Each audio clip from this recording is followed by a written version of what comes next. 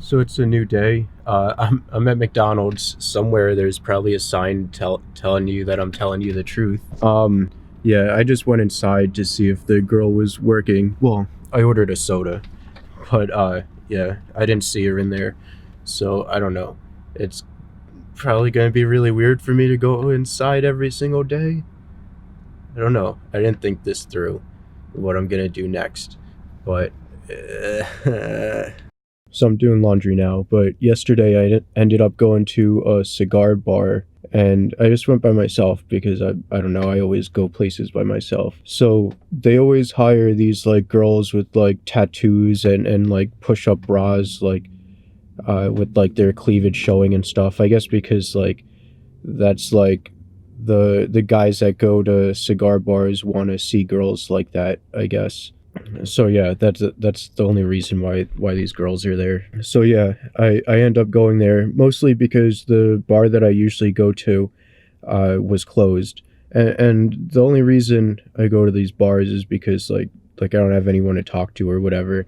So so I just go just to chat with the bartenders and whatever. So that's why I like smaller bars with like no people in there, because then you can actually have a conversation, like a one-on-one conversation with someone, and get to know them like personally and all that. So I went to this cigar bar, and I walk in, and there's this one guy sitting at the bar, and it's like a small bar, and then there's a ton of tables and a ton of cigar display cases and all that.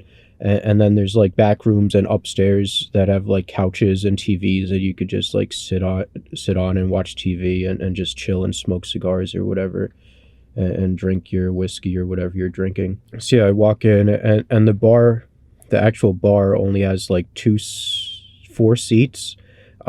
So it's small. It's probably like maybe 5 feet long, 6 feet long, something like that. And yeah, there's a guy sitting there, and he's talking to the bartendress, and so I just sit like right at the bar, and I guess the guy gets uncomfortable, and I could tell like his body language that he thought like he was afraid of me like trying to talk to the girl and steal her from him or something like that, just by like how he was acting. And like he would ask her a question, like he asked her like, hey, have you ever been on a cruise?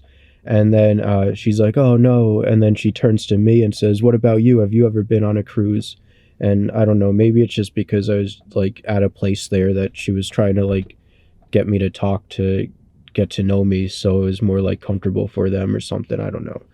But I could tell like this guy, he was I guess kind of creepy and weird, which I mean, with my previous videos, who's one to talk, every time he would talk to her he had like this like creepy kind of smile, and like his eyes would, well, like it's not like creepy, he you could tell that he was like in love with this girl and wanted her, and you could see like in his eyes and in his smile and stuff when he was talking to her.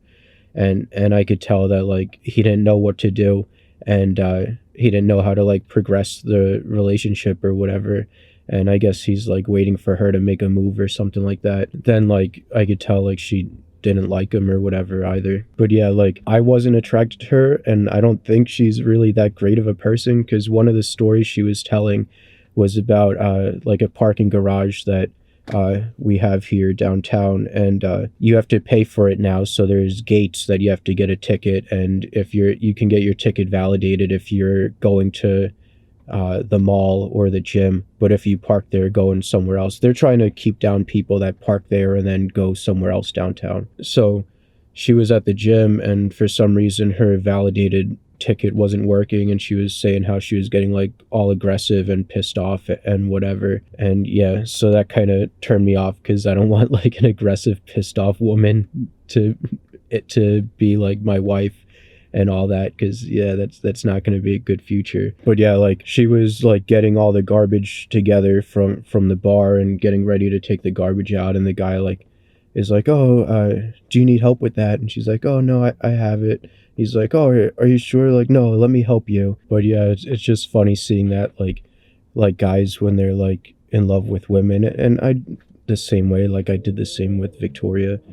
Like you just fall in love, and because they're pretty, you like do whatever they say, and whatever, even though like helping someone like that isn't the best for them, because they're not going to grow as a person and be able to do things on their own and stuff. Like if you're always babysitting someone and always giving them advice and always pointing them in the right direction, they're never going to learn how to figure things out on their own, and work through their problems and stuff like that. So it's like, I don't know. But yeah, maybe I should stop saying but yeah between to start every new clip, or whatever. So yeah, the guy ended up leaving to go with his other friends at a different bar.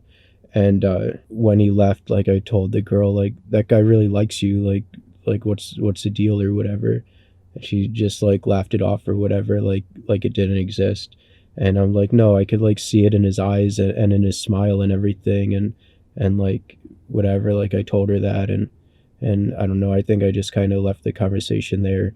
I don't know. That's like, I kind of want to think about a different way to approach that or something. Not for me to get the girl, but just to like talk about it or something, because it seemed like maybe I was pointing out that he was like, I don't know.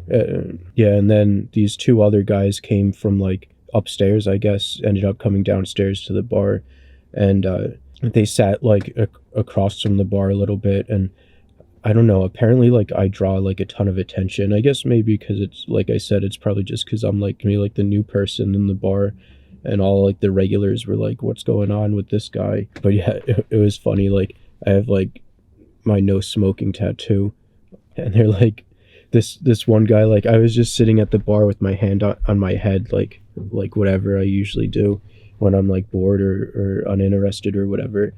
And yeah, the one guy sees my tattoo, and he's smoking like a cigar or something next to me, and he's like, oh, I'm so sorry, I didn't mean to like offend you.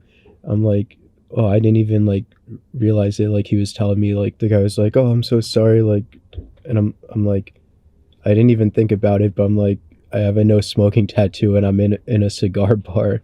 It's pretty funny. Like, I can't be offended by people smoking around me. Like, people are free to do whatever they want. Like, I don't know. And I don't get offended by anything, because like it shuts down like conversations and stuff, like I like being open and honest with people, because I want people to be open and honest with me, and that's how I can talk to people, like, and connect with them on like personal and deeper levels and stuff like that. But it felt like really like culty or something there. One of the guys ended up introducing himself to me. I didn't introduce myself to the guy sitting next to me, because that liked the girl, because he was kind of like depressed and closed off. I was asking him about like questions about his job and whatever, and he didn't seem to want to talk too much, which might be because he just wanted to talk to that girl and didn't want to talk to me or whatever. So, which is probably like not very attractive, I guess. So yeah, this other guy ended up like buying me a drink, which before I ever met him or anything, and introduced himself to me, and I said hey, I'm Anthony. And then everyone there started like calling my name, like, I don't know, like the guy that liked the girl would say like, Anthony, from like across the room. And I don't know, it just felt like really weird with all these people saying my name, like I was in a cult, and all these people were like surrounding me and saying my name, like chanting my name or something like that. It's very weird. Everyone there, it seems like they just want to like talk about how much money they have, and how like higher taste they have and stuff, like to like outstatus you, I guess. Because like I was just drinking a gin and tonic with Tanqueray, and to me, like, Tanqueray is like of the better gins, because usually I just drink like the cheapest gin that they have, which is like Banker's Club or something, like when I go to the bar, because I don't really care. But this guy's like telling me to drink like that I should drink like some Bombay Sapphire or something, and some other one that they don't carry in that bar. And he was telling me like all the other bars that actually do carry it. And I'm like, honestly, like I probably wouldn't even be able to tell the difference between like any of these gins and stuff, unless they were like right next to me, that I was drinking like one after the other,